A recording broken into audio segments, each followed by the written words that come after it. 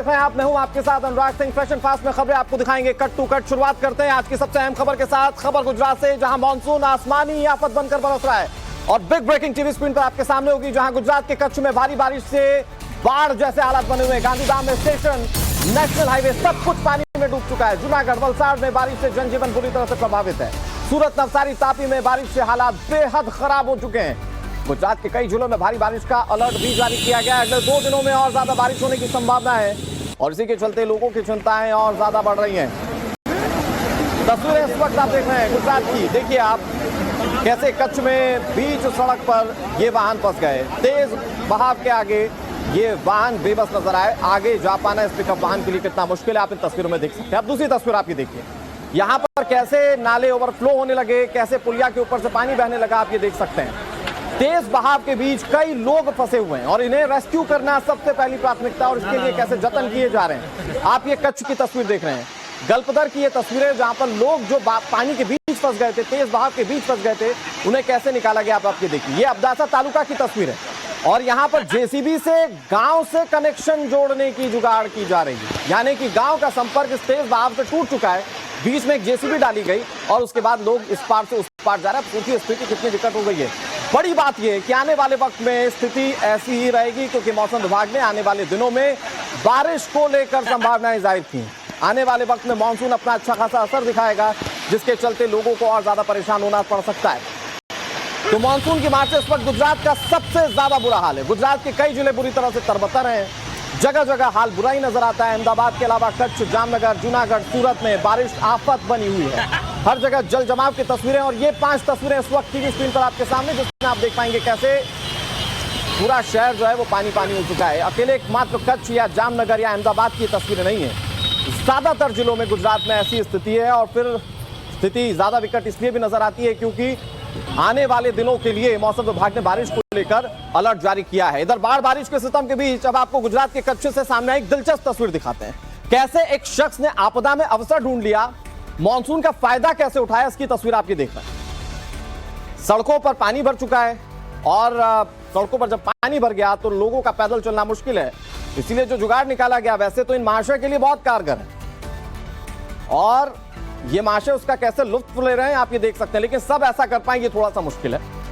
Game छो, मजा माछो, ये आप गुजरात की लाइनें इस तस्वीर पर पूरी तरह से फिट कर सकते हैं, क्योंकि आप इसमें देखिए कैसे पानी के तेज बहाव के बीच एक शख्स बड़े आराम से लेटा हुआ है और यहां पर इस बरसात के मजे ले रहा है। अब आपको बहुत जल्दी से बताते हैं कि गुजरात में कौन कौन से जिले हैं जो इस वक्त मानसूनी आफत झेल रहे हैं। ये देखिए मैप आपके सामने है, ये गुजरात राज्य और यहां पर कौन कौन से हैं इससे जिसमें बारिश को लेकर सबसे ज्यादा मुश्किलात है। जूनागढ़, वलसाड़, नवसारी, तापी, डांग, सूरत, ये वो तमाम इलाके हैं जहां पर बारिश अभी आने वाले वक्त में और ज्यादा कहर बर पाएगी। मौजूदा स्थिति क्या है वो आपने तस्वीरों के माध्यम से देख ली, लेकिन इन हिस्सों में जो खास तौर पर समुद्री इलाकों से लगते हुए हिस्से, अगर आप देखेंगे ये जूनागढ़ का इलाका जो है वो समुद्र के पास का इलाका है। अगर आप देखेंगे तो ये निचले इलाके हैं जो समुद्र के पास के इलाके, इसमें तापी, डांग, नवसारी, तो ये सबसे ज्यादा मानसूनी आफत की मार झेल रहे हैं। तस्वीरें क्या है आप साक्षात देखिए। यहां पर पूरी तरह से सड़कें जो हैं वो जलमग्न हो चुकी है। ऐसा लगता है मानो सड़कें थी ही नहीं कभी। गाड़ियां आधी डूब चुकी हैं। इसका मतलब ये आप देखिए मोटरसाइकिल डूबी हुई है। ये ऐसा लग रहा है 2 से 3 फीट पानी जो है वो भर चुका है। अब आप ये देखिए लोग आवागमन कैसे कर रहे हैं, क्योंकि बारिश तो नहीं मान रही लेकिन लोगों को अपने जरूरी काम निपटाने, लिहाजा लोग सड़कों पर जब निकल रहे हैं तो किस अंदाज में निकल रहे हैं आप इसकी ये तस्वीर देख रहे हैं।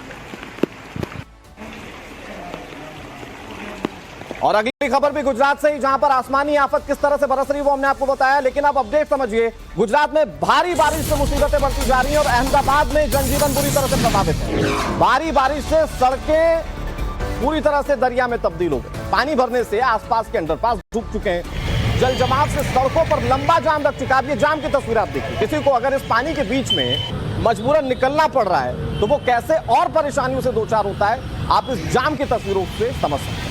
सड़कें कहाँ हैं इसकी कोई था नहीं, लेकिन यहां पर अगर निकलना पड़ रहा है मजबूरी में तो गाड़ियां फंस जा रही हैं और गाड़ियां जब एक फंसती है तो उसके बाद एक के बाद एक लंबी कतारें लगना शुरू हो जाती हैं। ये जल जमाव के विकराल रूप की तस्वीर आप देख रहे हैं और ये अहमदाबाद की तस्वीर है, जहां पर सड़कें पूरी तरह से दरिया में तब्दील हो गई है। लोग जब सड़कों पर निकले तो कैसे जाम की परेशानियों से भी उन्हें दो चार होना पड़ा आप इन तस्वीरों में देख सकते हैं कारें तो आधी डूब चुकी हैं। अगर कोई दरवाजा खोलकर बाहर उतरना चाहे तो उसके लिए कितनी मुश्किल है आप ये देखिए। अब ये देखिए ओवर, ये फ्लाई ओवर की तस्वीरें हैं और फ्लाई ओवर की तस्वीरें आप देखिए कि कैसे यहां पर गाड़ियां एक के बाद एक लगी हुई हैं। ऐसा लग रहा है मानो ये गाड़ियों को शोरूम में खड़ा कर दिया गया और इस तरह से गाड़ियां फंसी हुई है, 1 इंच भी आगे बढ़ने के लिए तैयार नहीं। तो मैं आपको अलग अलग तस्वीरें दिखा रहा हूं। ये देखिए यहां पर फ्लाईओवर पर किस तरह से जाम लग गया। यहां पर गाड़ियां जो थी वो ये सोचकर निकली थी फ्लाईओवर से तो आसानी से पास ओवर हो जाएंगे, लेकिन निचले इलाकों में चूंकि पानी भरा हुआ है तो ये उतरने के बाद जो है ये आगे पास नहीं हो पा रही। लिहाजा ये फ्लाईओवर ये जो है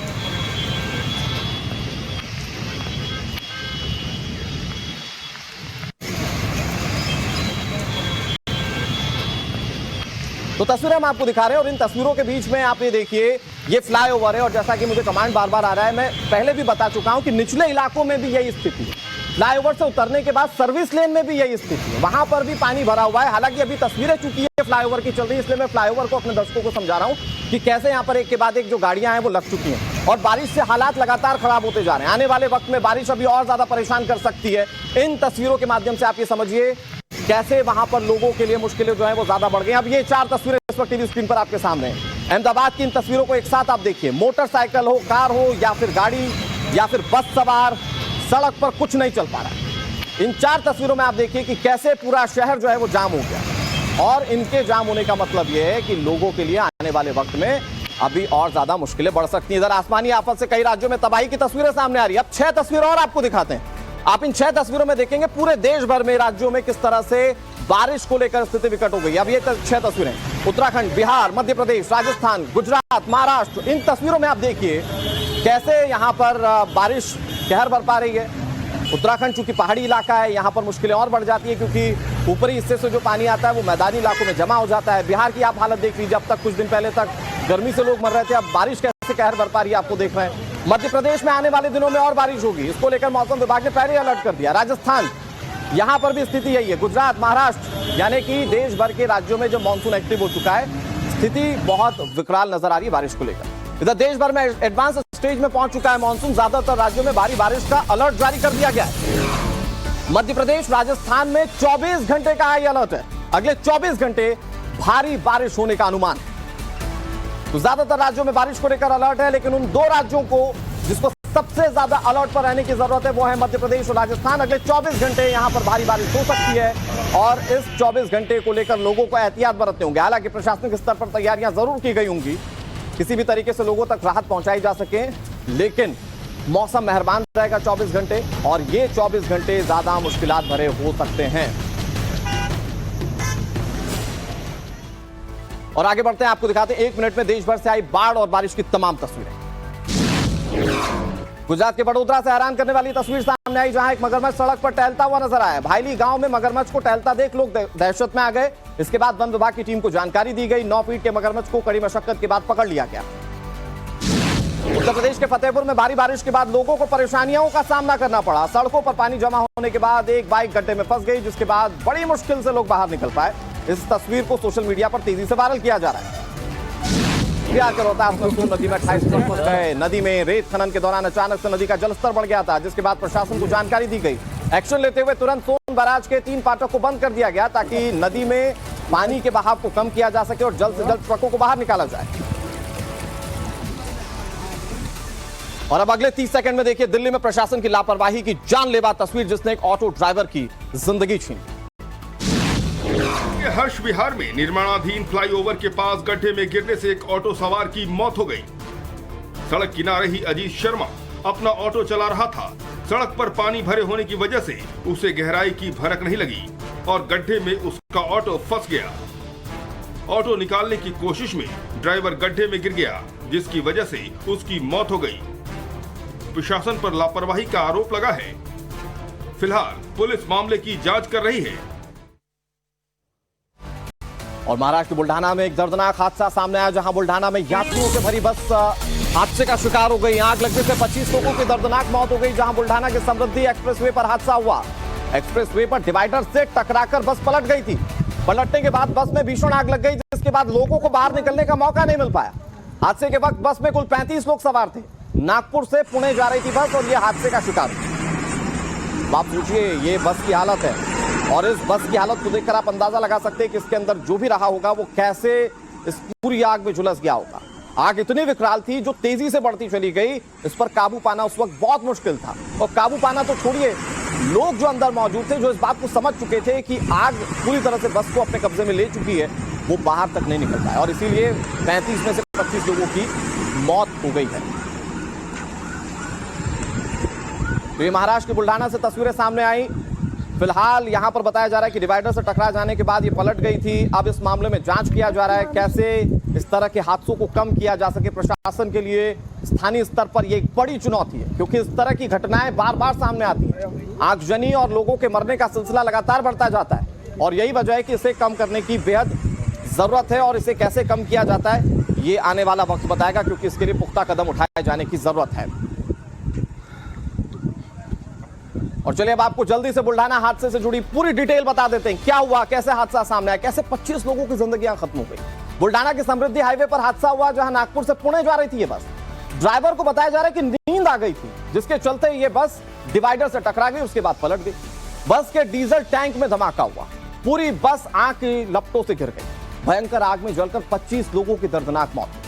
8 लोग बामुश्किलात वहां से अपनी जान को बचा पाए, बहुत मुश्किल से वो अपने आप को बचा पाए और उनका फिलहाल इलाज अस्पताल में किया जा रहा है। हमारे साथ शिवानी मिश्रा इस खबर पर ज्यादा जानकारी के साथ जुड़ गई हैं। शिवानी, 25 जिंदगियां खत्म हो गई हैं, जिम्मेदार कौन, क्या अकेला ड्राइवर इसके लिए जिम्मेदार है या इस पर दूसरे स्तर पर भी जांच की जाएगी? देखिए, इसमें दूसरे स्तर की जो जांच है वो होना बेहद जरूरी है। क्योंकि ध्यान देने वाली बात है कि जैसे समृद्धि हाईवे बना है, भले इसकी विशेषताएं है कि ये 10 जिलों को कनेक्ट करता है, लेकिन साफ तौर पर एक्सीडेंट का जो सिलसिला है वो इस एक्सप्रेस वे पे बिल्कुल थम नहीं रहा। प्रशासन को ये अंदाजा होना चाहिए कि अगर आप 5-7 किलोमीटर लंबा एक्सप्रेस वे बनाते हैं तो आपको वहाँ पर सुरक्षा के पुख्ता इंतजाम करने चाहिए। कम से कम हर डिस्ट्रिक्ट के पास इमरजेंसी में पहुंचने के लिए फायर ब्रिगेड और डॉक्टर्स की टीम मौजूद हो। जब से इसका इनॉग्रेशन हुआ है, हम लगातार देख रहे हैं एक्सीडेंट हो रहे हैं। और बुल्ढाना की अगर बात की जाए तो यहाँ पर सबसे ज्यादा मुश्किल हो रही है पुलिस कर्मचारियों को इन शवों को पहचानने में, इनकी शिनाख्त करके इनके परिवार तक पहुँचने के लिए, जो इनके लिए सबसे बड़ा टास्क रहने वाला है। ठीक है शिवानी, आप नजर बनाए रखिए, आगे क्या कदम उठाए जाते हैं इस पर आपसे अपडेट लेते रहेंगे। फिलहाल बहुत शुक्रिया आपका हमारे साथ जुड़ने के लिए और जानकारी देने के लिए। डोमेल पहलगाम के चंदनबाड़ी से यात्रा बालटाल के लिए निकली। ये पहला जत्था है जो आज दर्शन करेगा बाबा बर्फानी के।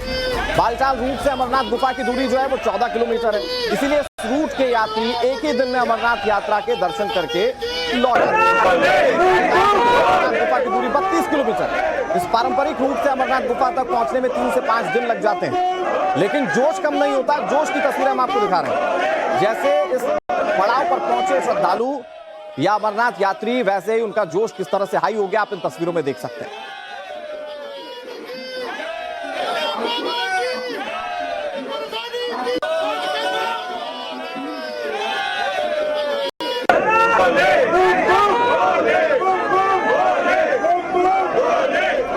और चलिए अब आपको बताते हैं कि अमरनाथ यात्रा में पहले जत्थे में दोनों रूट से कितने यात्री बाबा बर्फानी के दर्शन करने जा रहे हैं। अब तक रजिस्ट्रेशन जो हुए हैं वो 3 लाख हुए हैं। पहले जत्थे में कुल 3488 यात्री जो हैं वो दर्शन करने के लिए आगे बढ़ रहे हैं। अब ज्यादा वक्त नहीं, बाबा बर्फानी की जो दर्शन की मुराद लेकर वो पहुंचे थे, ये 3000 से ज्यादा यात्री जो है वो आज अपनी मुराद पूरी कर लेंगे। पहले जत्थे में कुल 1145 पुरुष हैं। महिलाओं की बात की जाए तो 262 हैं। बच्चे कुल 5 हैं, इसमें 5 साध्वियां हैं। और साधुओं की बात की जाए तो 74 की संख्या में साधु जो हैं वो अमरनाथ यात्रा की तरफ बढ़ रहे हैं आगे। कुल मिलाकर 1491 लोग हैं।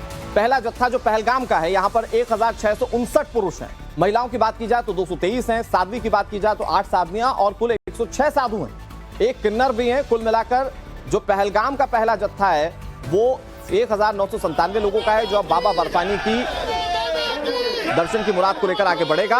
ये 2 तस्वीरें इस वक्त टीवी स्क्रीन पर आपके सामने। दो बेस कैंप बनाए जाते हैं और यहां से बताया जाता है कि जो यात्रा का आखिरी पड़ाव होता है वो शुरू हो जाता है। पहला जत्था जो है वो पहलगाम बेस कैंप पहुंच चुका है और कुछ लोग जो है वो बालटाल बेस कैंप भी पहुंच गए। यहाँ पर लोगों का जोश कैसे आई है वो आप इन तस्वीरों में देखते हैं। तो कहाँ से आप कहाँ से आए? बरेली से, यूपी से। पहली बार आप आ रहे हैं? नहीं, सेकंड बार है जी, दूसरी बार। तो कैसा लग रहा है? बहुत अच्छा लग रहा है बाबा के यहाँ जाते हुए साहब, बहुत बढ़िया। बाबा की मेहरबानी है, बहुत सारी सुविधाएं हैं, बहुत अच्छा यहाँ व्यवस्था बना रखी है आप लोगों ने सबने। शासन की तरफ से बहुत बढ़िया, बहुत अच्छी सुविधाएं जी। एक बार से पूछिए। इधर अमरनाथ यात्रा में सुरक्षा को लेकर जम्मू से लेकर केंद्र सरकार तक पूरी तरह से चाक चौबंद व्यवस्था किए हुए हैं। खास खबर यह कि पहले जत्थे की रवानगी से पहले सिक्योरिटी मॉक ड्रिल की गई। जम्मू कश्मीर पुलिस की मॉनसून रेस्क्यू टीम की mock drill, Baltal Pahalgam route पर यह मॉक ड्रिल किया गया। पहले जत्थे की रवानगी से पहले एहतियातन ये मॉक ड्रिल की गई। पूरे अमरनाथ रूट पर सिक्योरिटी चेकिंग जारी है। ये तस्वीरें इस वक्त टीवी स्क्रीन पर आपके सामने, जवानों के मॉक ड्रिल की तस्वीरें। अगर कोई अप्रिय स्थिति होती है तो कैसे निपटना है, ये आप जवानों की तैयारियां देख सकते हैं। कहीं खाई में गिर गया तो उसको रेस्क्यू टीम अपने आप को सुरक्षित रखते हुए उनको, उस विक्टिम को सुरक्षा के साथ कैसे वहाँ से निकाला जाता है, तो वही ड्रिल की है आज हमने। और किसी विक्टिम को ऊपर से नीचे कैसे किसी बैग करके नीचे उतारा जाता है, तो ये एक ड्रिल आज हमने की अपनी टीम की तरफ से माउंटेन। और अमरनाथ यात्रा में सरकार ने हर यात्री की सुरक्षा पर बेहद खास ध्यान दिया है। इस अभियान के तहत अमरनाथ यात्रा करने वाले यात्रियों को रेडियो फ्रिक्वेंसी आइडेंटिफिकेशन कार्ड यानी कि RFID दी गई है ताकि पल पल उन्हें ट्रैक किया जा सके। इसके लिए बालटाल और पहलगाम में अलग से कई RFID काउंटर लगाए गए। इसके बिना अमरनाथ यात्रा रूट पर किसी को एंट्री नहीं दी जाएगी। एहतियातन ये एक बड़ा कदम उठाया गया है। ये हमारा सर RFID ट्रैकिंग है, डिवाइस है। इससे ये होगा कि यात्री को जैसे RFID कार्ड मिलता है ट्रैकिंग के लिए कि आप यात्रा के लिए जा रहे हैं, तो वो जब यहाँ पे आके पंच करेगा अपना कार्ड, उससे ये वेरीफाई हो जाएगा कि यही आदमी रियल है, कोई अनदर पर्सन तो नहीं है। तो जब और अब आपको 30 सेकंड में दिखाते हैं हरियाणा के कुरुक्षेत्र में कार पर ताबड़तोड़ फायरिंग की सनसनीखेज खबर। हरियाणा के कुरुक्षेत्र में दिन दहाड़े बाइक सवार बदमाशों ने एक कार पर अटैक कर दिया। ऑडी में जा रहे शख्स पर लगातार फायरिंग की गई। बदमाशों ने 5 राउंड फायरिंग की। वो तो गनीमत रही कि ऑडी सवार शख्स को कुछ नहीं हुआ। पूरा मामला VIP रोड के सुंदरपुर फ्लाईओवर का है। जैसे ही पुलिस को सूचना मिली, टीम मौके पर पहुंच गई। हालांकि बाइक सवार अभी भी फरार है। हमलावर कौन थे, इस बारे में पता नहीं चल पाया है। फिलहाल मामले की जाँच की जा रही है। और अगली खबर सावधान कर देने वाली खबर मुंबई से, जहां पर मलाड में रेलवे प्लेटफॉर्म पर बातचीत में मशगूल होना एक युवक की जान पर भारी पड़ गया। बिग ब्रेकिंग, मुंबई में मलाड स्टेशन पर जानलेवा हादसा सामने आया, जहां लोकल ट्रेन की टक्कर में युवक की मौत हो गई। प्लेटफॉर्म नंबर 3 पर हादसा हुआ और मौके पर ही युवक की जान चली गई। पटरी किनारे लंच बॉक्स धोने गया था युवक और उसी वक्त उसकी मौत हो गई। ये तस्वीरें दिल दहलाने वाली तस्वीरें हैं। देखिए आप कैसे यह हादसा सामने आया। लोकल ट्रेन से यह हादसा हुआ और यह हादसा बताया जा रहा है शुक्रवार का है, जिसका CCTV फुटेज अब सामने आया। इस हादसे में दूसरे युवक की बाल जान बच गई, जो जान गंवाने वाले युवक के साथ प्लेटफॉर्म पर ही खड़ा था। आप देखिए यहां पर कुछ करने का विकल्प नहीं था और थोड़ी सी लापरवाही कैसे जिंदगी पर भारी पड़ सकती है, आप इस तस्वीर में देख सकते हैं। इससे पहले भी रेल हादसों को लेकर कई सारी तस्वीरें सामने आ चुकी है, जब प्लेटफॉर्म पर लोग गिर जा रहे थे चलती ट्रेन में चढ़ने की कोशिश करते वक्त। लेकिन यहां पर आप देखिए कि कैसे ट्रेन आ रही थी, शायद इस शख्स को पता नहीं था ये टिफिन बॉक्स धोने में लगा हुआ था और फिर ट्रेन तेजी से आती है और इसकी मौत हो जाती है। खबर बालासोर रेल हादसे को लेकर, जहां मोदी सरकार के एक्शन से जुड़ी बड़ी खबर हम आपको बता रहे हैं, जहां पर दक्षिण पूर्व रेलवे के जनरल मैनेजर पर गाज गिरी है। महाप्रबंधक अर्चना जोशी को पद से हटा दिया गया। कैबिनेट की अपॉइंटमेंट कमेटी ने यह नई नियुक्ति की। अनिल मिश्रा दक्षिण पूर्व रेलवे के नए जनरल मैनेजर बनाए गए। बालासोर रेल हादसे के बाद जांच का सिलसिला जारी है। दुर्घटना को लेकर जिम्मेदारों के खिलाफ एक्शन भी लिया जा रहा है। पहली बार इस बड़े स्तर पर कार्रवाई देखने को मिली। अब आपको यह बता दें कि दक्षिण पूर्व रेलवे के लगभग सारे बड़े अधिकारियों का तबादला किया जा चुका है। ओडिशा में बालासोर में 2 जून को 3 ट्रेनें टकरा गई, जिसमें 292 लोगों की जान चली गई थी और उसके बाद से सवाल यह पूछा जा रहा था कि आखिर इसका जिम्मेदार कौन है। तो अब इस मामले में बड़ी कार्रवाइयां जो हैं वो की गई हैं। तो बालासोर हादसा सिग्नल प्रणाली में लापरवाही का एक नतीजा है या फिर इसे जानबूझकर अंजाम दिया गया, अब तक इसकी आधिकारिक पुष्टि नहीं हो पाई है। बालासोर हादसे की जांच किस तरह से आगे बढ़ रही है वो आपको ग्राफिक्स के जरिए बताने की कोशिश करते हैं। रेलवे सुरक्षा आयोग CRS ने इसको लेकर रिपोर्ट सौंपी। रेलवे बोर्ड सार्वजनिक इस रिपोर्ट को नहीं करेगा। CBI जांच प्रभावित ना हो, इसलिए यह फैसला लिया गया। बोर्ड ने इस बात को सामने रखा। बालासोर हादसे की स्वतंत्र CBI जांच लगातार जारी है और इन सब के बीच में अधिकारियों पर कार्रवाइयां भी हो रही हैं। रेलवे बोर्ड की ओर से कहा गया है कि बालासोर ट्रेन हादसे का आकलन CRS और CBI दोनों की जांच रिपोर्ट के आधार पर किया जाएगा और आगे ऐसे हादसे ना हो इसके लिए मुमकिन कदम भी उठाए जाएंगे। तो ये बालासोर का हादसा जिसने दिल दहला दिया था, जहां पर 3 ट्रेनें टकरा गई थी, अब इस मामले में जांच जारी है। इस बीच अहम खबर उत्तर प्रदेश के सोनभद्र से, जहां उत्तर प्रदेश का सबसे बड़ा बुलडोजर एक्शन सामने आया। बिग ब्रेकिंग आप देखने जा रहे हैं। सोनभद्र में उत्तर प्रदेश का सबसे बड़ा बुलडोजर एक्शन। बुलडोजर कार्रवाई में 165 अवैध मकान जमींदोज कर दिए गए। शक्तिनगर में कब्जा कर बनाए गए थे अवैध मकान। एनटीपीसी खड़िया प्रोजेक्ट की जमीन खाली करवाई गई। 6 थानों की पुलिस मौजूद रही और दिन भर बुलडोजर चलता रहा। सोनभद्र के शक्तिनगर और सिंगरौली को मध्य प्रदेश से सीधे जोड़ने के लिए बन रहे 4 लेन के आसपास अवैध कब्जा करके ये मकान बनाए गए थे और इस पर बुलडोजर कार्रवाई की गई। उत्तर प्रदेश वैसे तो बुलडोजर एक्शन के लिए काफी सुर्खियों में रहा है, लेकिन अब तक का सबसे बड़ा बुलडोजर एक्शन आप इस वक्त टीवी स्क्रीन पर देख रहे हैं। माफियाओं के खिलाफ कैसे एक्शन लिया जा रहा है बुलडोजर के माध्यम से, आप इस तस्वीर में देख सकते हैं। अवैध कब्जा करके बनाई गई जमीनों को वो योगी सरकार जो है वो लगातार ध्वस्त करने की कोशिश कर रही है। अब आपको ये बता दें कि एनसीएल खड़िया प्रोजेक्ट से 21 अतिक्रमण पर बुलडोजर एक्शन था, जबकि एनटीपीसी प्रोजेक्ट की जमीन पर 143 अवैध अतिक्रमण पर बुलडोजर चलाए गए। एनटीपीसी की जिस जमीन से अवैध अतिक्रमण हटाया गया वहां 800 मेगावाट के 2 यूनिट लगाई जानी है। यहां से हटाए गए परिवारों को एनटीपीसी की ओर से आर्थिक मदद भी दी गई।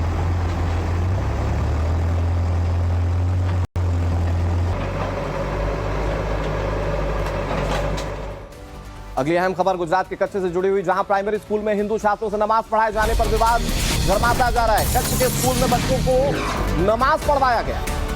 बकरीद के मौके पर नाटक का मंचन किया गया था, जहां परफॉर्मेंस के नाम पर हिंदू छात्रों से नमाज पढ़वाई गई। नमाज पढ़ने का हिंदू संगठनों ने विरोध किया है। हैरान करने वाली बात यह है कि गुजरात सरकार ने बकरीद पर अवकाश घोषित किया था, बावजूद इसके निजी स्कूल ने बकरीद के मौके पर नाट्य कार्यक्रम का मंचन किया और बकरीद मनाते हुए छात्र छात्राओं से नमाज पढ़वाई।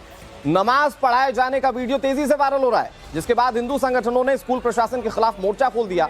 वे निजी स्कूल की मान्यता रद्द किए जाने की मांग कर रहे हैं। इस बीच जिला अधिकारी ने इस मामले में जांच शुरू कर दी है। जिला शिक्षा अधिकारी ने इस मामले की जांच शुरू कर दी और कहा है कि जो भी दोषी होगा उसके खिलाफ कार्रवाई की जाएगी। हमारा इरादा किसी को भी हर्ट करने का या तकलीफ पहुंचाने का बिल्कुल भी नहीं था। हमने एक फेस्टिवल के तौर पे ही उसे लिया था। फिर भी अगर किसी को भी इससे तकलीफ हुई है, उनकी भावनाओं को हर्ट हुआ है, तो मैं माफी मांगती हूँ, मैं सॉरी बोलती हूँ। और अगली अहम खबर जम्मू कश्मीर के पुलवामा से, जहां भारतीय सेना ने एक मिसाल पेश करते हुए स्थानीय लोगों का दिल जीत लिया। सेना के जवानों ने मस्जिद का जीर्णोद्धार करवाया। स्थानीय लोगों की मदद से पुरानी मस्जिद की मरम्मत करवाई गई। बच्चों के साथ मिलकर मस्जिद की साफ सफाई की गई। इंडियन आर्मी ने मस्जिद की पुरानी कालीन को बदला। जो तस्वीर हम आपको दिखाएंगे, पुरानी कालीन की जगह नए कालीन बिछाए गए। ये बदलते कश्मीर की नई तस्वीर है, जहां इंडियन आर्मी के जवान आपसी एकता और सौहार्द का परिचय देते हुए पुरानी मस्जिद का जीर्णोद्धार कर रहे थे। मस्जिद की मरम्मत का ये वीडियो खुद इंडियन आर्मी ने शेयर किया। वीडियो में साफ साफ नजर आ रहा है कि इंडियन आर्मी की पहल से स्थानीय लोगों के चेहरे पर कैसे मुस्कान लौट आई। मस्जिद की साफ सफाई और मरम्मत के दौरान स्थानीय लोगों ने जवानों का भरपूर साथ दिया। खास तौर पर इन छोटे छोटे बच्चों ने, जो आप टीवी स्क्रीन पर इस वक्त देख पा रहे हैं। आने पर की गई। मध्य प्रदेश के शहडोल जिले के दौरे पर हैं आज प्रधानमंत्री नरेंद्र मोदी। शहडोल के लालपुर में रैली के साथ चुनावी मंथन भी किया जाएगा। सिकल सेल एनीमिया मिशन 2047 का आगाज प्रधानमंत्री नरेंद्र मोदी करने वाले हैं। लाभार्थियों को sickle cell genetic status card देंगे। 3,57,00,000 आयुष्मान योजना कार्ड भी बांटेंगे प्रधानमंत्री। बकरिया गांव जाकर आदिवासियों से उनका संवाद भी होगा। शहडोल से लालपुर की दूरी कुल 6 किलोमीटर है। नक्सल प्रभावित इलाका होने के चलते यहां प्रधानमंत्री की सुरक्षा के लिए 6 किलोमीटर लंबा सिक्योरिटी कॉरिडोर तैयार किया गया, जिसमें 15,000 लकड़ी की बल्लियां, 20,000 बांस की बल्लियों का उपयोग किया गया। प्रधानमंत्री मोदी का शेड्यूल 27 जून को पहले प्रस्तावित था, लेकिन खराब मौसम के चलते तब इसे टाल दिया गया। और प्रधानमंत्री मोदी आज जब जबलपुर पहुंचेंगे तो फिर सेना के विशेष हेलीकॉप्टर से शहडोल के लालपुर जाएंगे। वहां उनकी रैली के लिए 8,80,000 वर्ग फीट के वाटरप्रूफ पंडाल को तैयार किया गया है। इसमें 1,00,000 कुर्सियां लगाई गई हैं। शहडोल दौरे पर पीएम मोदी का और क्या क्या कार्यक्रम है वो आपको बताते हैं। दरअसल दुर्गावती गौरव यात्रा का समापन प्रधानमंत्री आज करेंगे। आयुष्मान योजना का पीवीसी कार्ड वो लाभार्थियों को बांटेंगे। पकरिया गांव में लखपति दीदियों से संवाद करेंगे। इधर पंगत में कोदो भात कुटकी खीर भी वो खाएंगे। फुटबॉल क्लबों के सदस्यों से उनकी बातचीत होगी। तो ऐसे में प्रधानमंत्री का यह दौरा बहुत अहम रहने वाला है, जहां पर वे लोगों से सीधा संवाद करेंगे। और आप देखिए कि तैयारियां कैसे की जा रही है। अपने स्तर पर लोग प्रधानमंत्री के दौरे को बेहद खास बनाने की तैयारी कोशिश कर रहे हैं। कहां बिठाएंगे इनको? और आप देखिए कि कैसे वहां पर सिक्योरिटी के बीच में ये तमाम चीजें की जा रही है। पीएम के जहाँ बैठने की बहुत जल्दी से आपको बताते हैं सिकल सेल एनीमिया क्या है। सिकल सेल खून से जुड़ी बीमारी है और आपको ये बता दें कि इस बीमारी को लेकर प्रधानमंत्री एक बड़ी योजना जो है वो लागू करने जा रहे हैं। इसके अलावा आपको ये बता दें कि अनुवांशिक डिसऑर्डर में ब्लड सेल्स टूट जाते हैं, ब्लड सेल्स के साइज और शेप बदलने लग जाती है। ये बेहद गंभीर बीमारी है जिसको लेकर आज प्रधानमंत्री कोई बड़ा स्टेप लेने जा रहे हैं। लाल रक्त कोशिकाओं को यह प्रभावित करता है, यह है sickle cell anaemia. Sickle cell लाल रक्त कोशिकाओं को काम करने से रोकने लग जाते हैं और ऐसे में बॉडी डिसफंक्शन करने लग जाती है। ब्लॉकेज की वजह से इंसान की मौत भी हो जाती है और इसके चलते ये बहुत गंभीर बीमारी लोगों के लिए है जिसका खतरा लगातार बढ़ता भी जा रहा है। और आगे बढ़ते हैं, आपको बताते हैं कि अगली अहम खबर क्या है। जरूरी खबर है दिल्ली गाजियाबाद की, जहां कूड़े को लेकर दो राज्यों के बीच संग्राम छिड़ गया। कूड़े को लेकर गाजियाबाद प्रशासन की बड़ी कार्रवाई सामने आ रही है। दिल्ली का कूड़ा उत्तर प्रदेश में फेंक रहे हैं। एमसीडी के 9 ट्रक जब्त किए गए। गार्बेज फैक्ट्री के खिलाफ नंदग्राम थाने में शिकायत दर्ज की गई है। दिल्ली का कूड़ा गाजियाबाद में डाला जा रहा है, ये बात गाजियाबाद के मेयर कह रहे हैं। मोर्टो में फेंके गए कूड़े को दिल्ली वापस भेजा जाएगा। बहुत अजीबोगरीब स्थिति है। कूड़ा आया, इस पर शिकायत की गई, इस पर कार्रवाई हो रही है और अब इस कूड़े को वापस भेजा जाएगा। केजरीवाल की शिकायत सीएम योगी आदित्यनाथ से करेंगी। मेयर सुनीता केजरीवाल के इशारे पर गाजियाबाद में ये कूड़ा फेंका जा रहा है, यह आरोप भी लगाया गया। वाकई खबर तो हैरान करने वाली है। दिल्ली एमसीडी में आम आदमी पार्टी के आने के बाद से दिल्ली के कूड़े को गाजियाबाद में डंप किए जाने का सिलसिला शुरू हो गया। सवाल उठना लाजमी है कि क्या सीएम केजरीवाल के इशारे पर अपने हिस्से का कूड़ा दूसरे राज्य में फेंका जा रहा है क्या? दावा तो यह भी किया जा रहा है कि एमसीडी की करतूत की वजह से गाजियाबाद नगर निगम को कूड़ा निस्तारण के लिए पहले 17 से 22 करोड़ रुपए खर्च करने पड़ते थे, लेकिन बीते कुछ महीनों से निस्तारण का खर्च 45 से 50 करोड़ तक बैठ रहा है। बड़ी सी लेके उस पर मुझे पता कूड़ा चल रहा है, डल रहा है। मुझे किसी शादी में गई तो एक ने कंप्लेन करी थी, एक 20 फुट 25 फुट खोद के उसमें कूड़ा डाल रहे हैं। मैंने कहा तो जमीन जहरीली हो जाएगी, ये तो मैं नहीं होने दूंगी। कैसा कूड़ा हम डाल रहे हैं, हमारी मोटर साइड पे है, तो उस पर क्या करा इन्होंने बचाव के लिए। मैं चेक करने के लिए गई तो मैंने फिर जब चेक करके निकली तो मुझे पता चला एमसीडी के ट्रक आते हुए। मैंने एकदम तुरंत रोका। आगे बढ़ते हैं, आगे दिखाते हैं आपको 30 सेकंड में हिंदुस्तान के मिशन चंद्रयान 3 से जुड़ी सबसे खास तस्वीर। 3 साल के इंतजार के बाद स्पेसशिप चंद्रमा के लिए उड़ान भरने को तैयार है। उम्मीद है कि 13 जुलाई को चंद्रयान 3 की लॉन्चिंग होगी। इसरो ने इसको लेकर तैयारी पूरी कर ली है। चंद्रयान को GSLV MK3 से लॉन्च किया जाएगा।